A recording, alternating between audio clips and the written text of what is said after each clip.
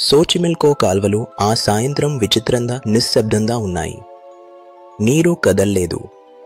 శ్వాస కూడా ఆపేసినట్టుగా. మా చిన్న బృందం జే, మాయా, మార్క్, నేను ఒక చెక్క పడవలో కూర్చున్నాం. మా గై దమింగో మాటల్లేకుండా పాడితో పడవ నెమ్మదిగా నడుపుతున్నాడు. మేమందరం మొదట మాట్లాడలేదు. అది భయం కాదు, కాని ఒక అనుభూతి. చర్మంపై కూర్చుని గాలినే భారంగా మార్చే ఆ అసహజ భావం. చివరికి డొమింగో నిశ్శబ్దాన్ని చెరిపి మాట్లాడాడు. మనుషులు ఈ ప్రాంతాన్ని అందంగా అనుకుంటారు అని అతను మృదువుగా చెప్పాడు. కానీ ఈ కాల్వలు, చనిపోయిన వారి జ్ఞాపకాలు ఇక్కడే నిలిచిపోతాయి. జే నవ్వడానికి ప్రయత్నించాడు. మేము కేవలం షూట్ చేయడానికి వచ్చాంరా. డాన్స్ ఐలాండ్ అంటే టూరిస్ట్ స్పాట్ అని చెప్పారే. డొమింగో జవాబు చెప్పలేదు. అతని చూపు ముందున్న పొగలో దాగిన ఏదో మీదే నిలిచిపోయింది. మేము ఇంకా లోపలకు వెళ్తుంటే ఆకారాలు కనిపించసాగాయి. చెట్టు కొమ్మలు, పాడైపోయిన చెక్క స్తంభాలు, తర్వాత బొమ్మలు. వందలు. కొమ్మలకు, కాండాలకు, కట్టెలకు వేలాడుతున్న బొమ్మలు. కొన్నింటికి చేతులు లేవు, కొన్నింటికి కళ్ళు లేవు, మరికొన్నింటి ముఖాలు బురదతో, అచ్చుతో నల్లబడిపోయాయి.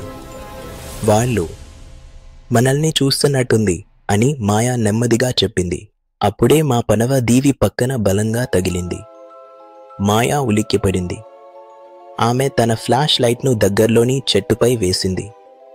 అక్కడ ఒక మురికి, కరిగిపోయిన బొమ్మ వెనక్కు తిరిగి వేలాడుతోంది.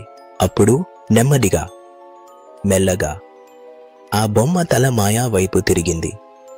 ఆమె శ్వాస ఆగిపోయింది.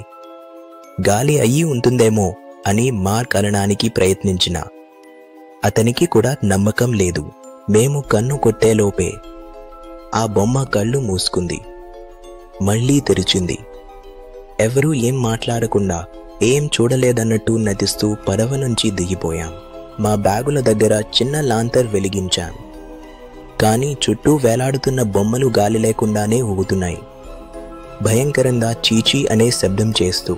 మాయా దృష్టి మరల్చుకోవడానికి కెమెరాను ఆన్ చేసి ఫుటేజ్ చెక్ చేయడం మొదలుపెట్టింది. కొద్దిసేపటికి ఆమె కదలకుండా నిలిచిపోయింది. గైస్, ఇక్కడికి రండి. మేమంతా ఆమె స్క్రీన్ వైపు వంగి చూశాం. అదే బొమ్మ స్క్రీన్లో కనిపించింది.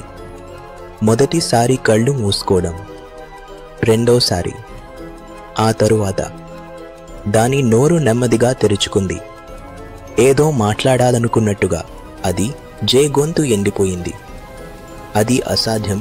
అప్పుడే లాంతర్ మెలమెలలాడింది. బొమ్మల నీడలు నేల మీద పొడవాటి వేళ్లల్లా మా వైపు చాపుకున్నాయి. చలి పెరిగింది. మేము విన్నాం ఒక శబ్దం, గుసగుస, చిన్నపిల్లల గొంతు. డోండే ఎస్టాస్. మాయా ఆ శబ్దం వచ్చిన దిశగా తిరిగింది. చెట్లు నిశ్చలంగా నిలిచాయి.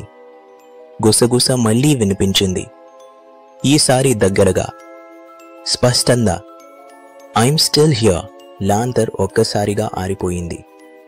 చుట్టూ సంపూర్ణ చీకటి మరియు బొమ్మల మధ్య ఏదో కదులుతున్న శబ్దం.